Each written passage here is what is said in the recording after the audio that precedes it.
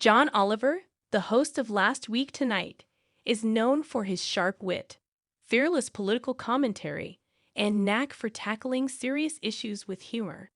His deep dives into political scandals, legislative absurdities, and cultural failings often result in a blend of investigative journalism and biting satire.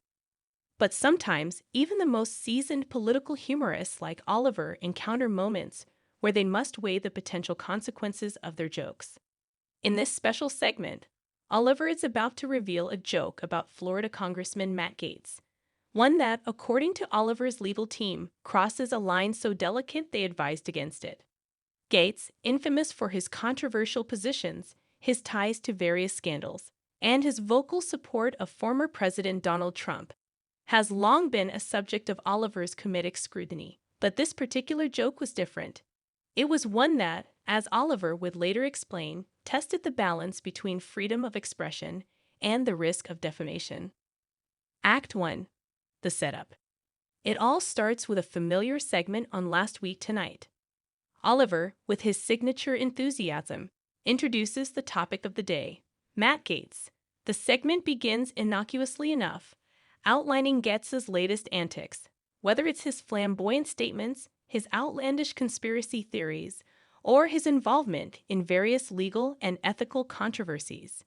As usual, Oliver blends insightful commentary with comedic punchlines, poking fun at Gaetz's public persona.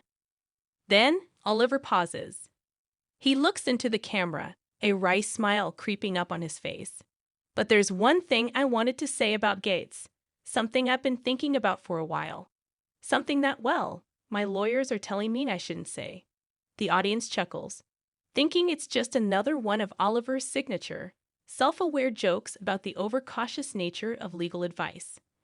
But Oliver's expression changes as he glances at his desk, where a document sits, a legal memo filled with red pen marks and phrases like risk of lawsuit and defamation concerns. He takes a breath. "Look," he says, voice dropping slightly. "Sometimes in this business, you make a joke that you feel is funny, but then you get this little nudge from the lawyers, like, hey, maybe don't say that." He holds up the document, which has clearly been heavily edited, though the contents are mostly hidden. And I get it. I'm a professional. I understand the importance of keeping the tone appropriate, and I know where the line is. Act 2. The controversial joke. Oliver's eyes narrow, and he leans in, lowering his voice just a little more. The audience begins to get the sense that something more serious is coming.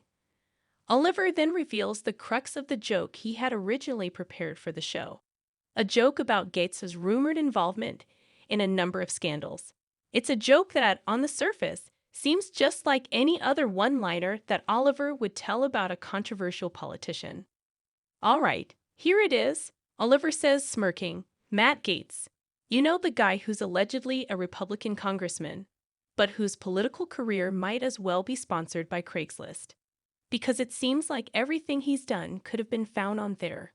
Wanted. Underage girls for political favors, or a free plane ride to a scandalous career." The audience laughs at the sharpness of the punchline, but the moment quickly becomes uncomfortable. Oliver raises his hand. "But wait," he continues. "That's the joke. That's the one they told me not to make." He leans back in his chair and looks slightly bewildered. "I mean, I get it. The lawyers are probably right. That could open a can of legal worms. It's risky territory, and I'm not in the business of ruining people's lives. Well, not personally." Act 3. The aftermath. Oliver reflects on the gravity of the situation, speaking more seriously. I know. Gaetz has been accused of many things, and some of them are downright alarming. But even if a joke is rooted in facts, or at least in the public perception of someone's behavior, it's important to ask, can I say this? Should I say this? Do I want to risk being sued, or worse, having someone take this the wrong way and twist it into something more damaging? He pauses for a moment, his face looking genuinely conflicted. The audience, sensing the shift in tone, grows quiet. Oliver takes a long breath before continuing. "Here's the thing.